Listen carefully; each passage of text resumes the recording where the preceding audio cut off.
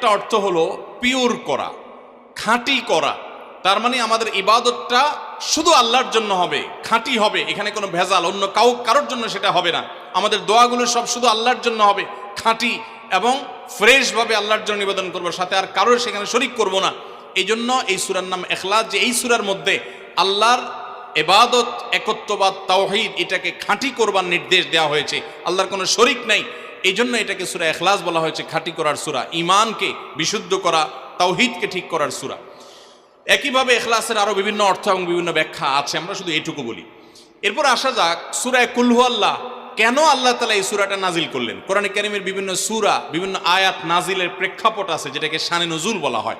কেন এই সূরা আল্লাহ তাআলা আমাদেরকে দিয়েছেন, এ সম্পর্কে প্রিয় নবী সাল্লাল্লাহু আলাইহি সাল্লামের এক সাহাবী, তার থেকে একটি হাদিস বর্ণিত আছে। সেই হাদিসের আলোকে আমরা জানি যে মক্কার মুশরিকরা, মক্কার কাফিররা